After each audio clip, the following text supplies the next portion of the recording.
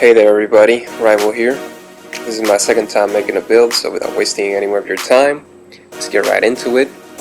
Basically, you can use any single piece of legendary armor that you can find or craft, as long as it has mods in it. For both of your chest pieces, you're gonna want mitigation strength. Mitigation strength, for those that don't know, is basically damage reduction. And as you can see, I don't even have best ones because it's possible to have 2 slots on both of the chest pieces, which means you can have 12% on both of them. So for the rest of the chest pieces, you're gonna want armadillo mods for the head, the pants, and the shoes. The final mod is gonna be the Fortuna mod, which can be easily found in the back of the Afterlife. So a couple of things before I show off the actual cyberware. As you can see, I'm only level 37, so the core aspect of this build is already done. So you could branch off from here however you would like and make your own build. However, as you'll see later when we go into the skill tree, a lot of this cyberware is going to be either redundant or useless. Take the visual cortex support, only gives us 30% extra crit damage, pretty useless. The ES disc, extra RAM, we don't need that because we're not a net runner. Now this, the limbic system, is actually pretty good for this build.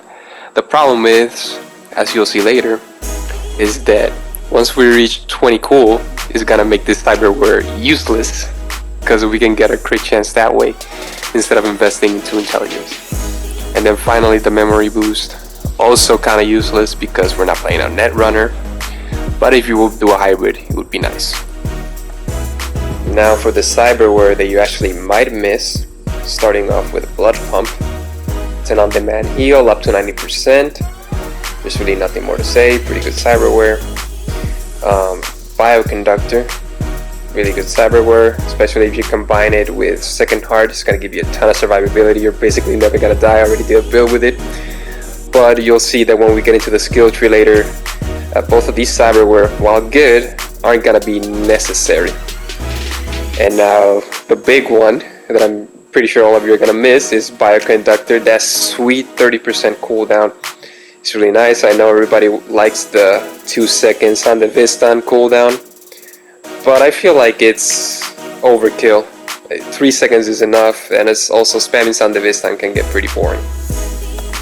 The last piece of cyberware we're going to miss is synth lungs, but honestly we're not really doing that much melee, so it's really not that necessary. Okay, so real quick before we get into the actual cyberware, if you're like me and you like to switch between your 3 primaries pretty smoothly, then you're gonna want to run the projectile launch system. The problem is that we won't be using the smart link, so you have to get used to downfiring or manually aiming it, but it's pretty easy as you can see.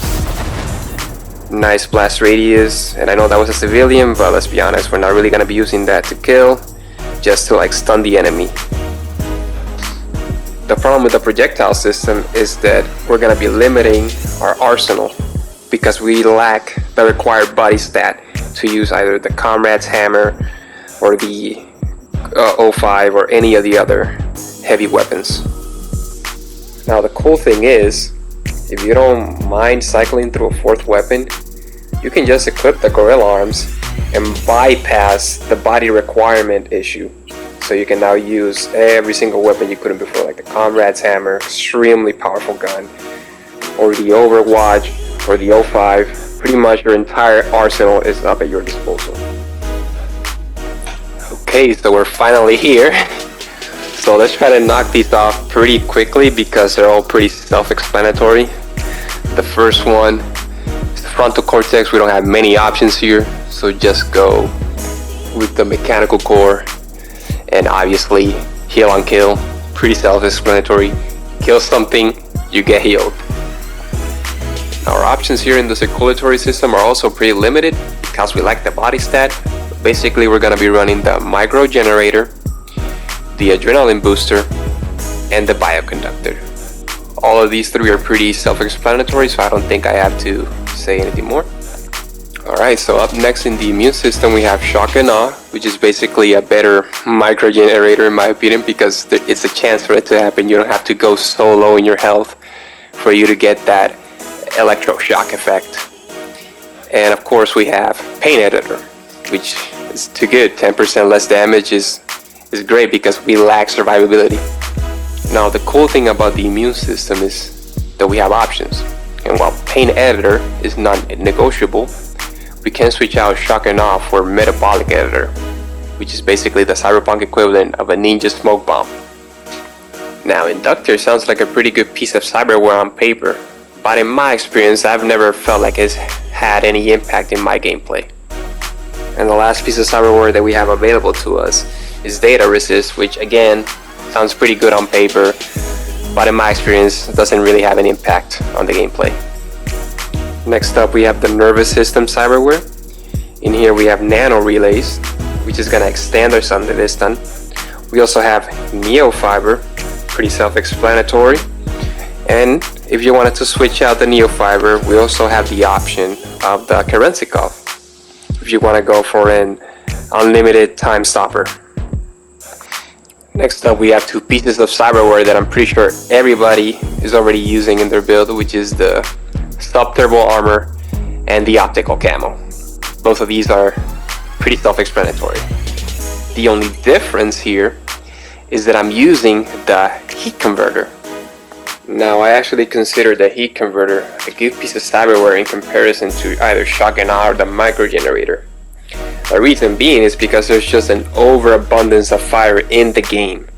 Netrunners only use overheat when they hack you, which is fire, and there's a bunch of red battles littered across every single combat scenario.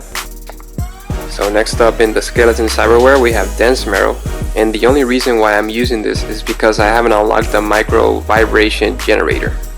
The cool thing is that if you're only going to use bladed weapons and not guns, you can just stack them both and then just get an overall 25% extra melee damage.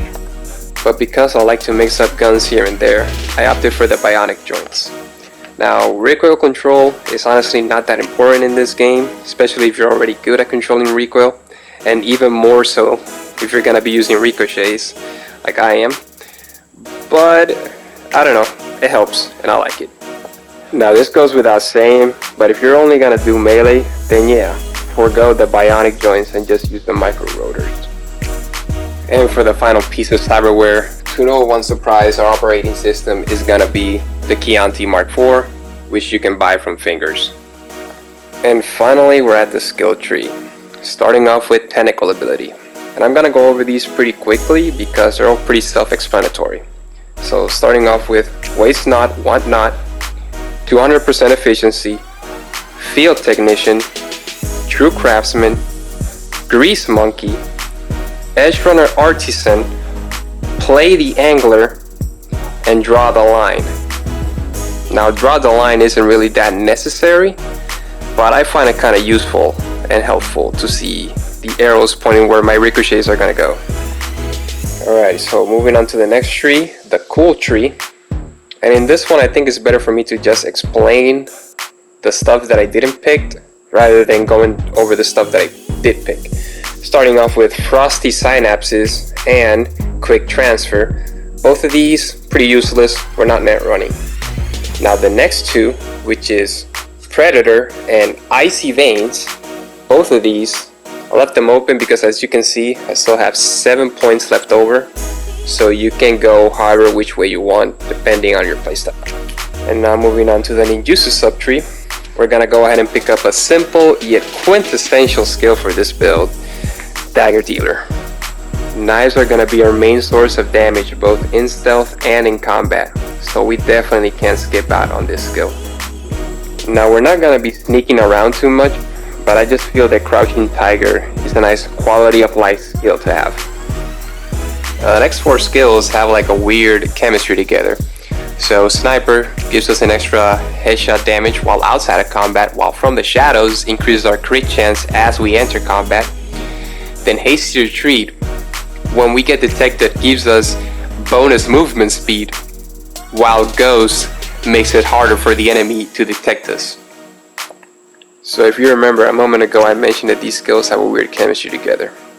The reason for that is, when you're using Sandevistan, you move so fast, and the enemy has so little time to react to you, that for a split second you enter combat, proccing from the shadows and hasty retreat. So essentially, stealth becomes less about sneaking around and more about how many enemies can I take out before I go into combat. So the next set of skills are pretty self-explanatory. Starting off with Juggler, any crit or kill is going to refill all of our knives cooldown. Pretty nice quality of life skill. Next up is Assassin, bonus damage against humans, pretty nice. And then finally Venomous Fangs. So if we didn't one-shot the enemy, our poison is definitely going to neutralize them. Now I did want to highlight these two skills because while on paper they do sound like they're pretty cool, there's already two weapons that do that job, and in my opinion it does it much better. And those two weapons are the Headhunter and the Blue Fang.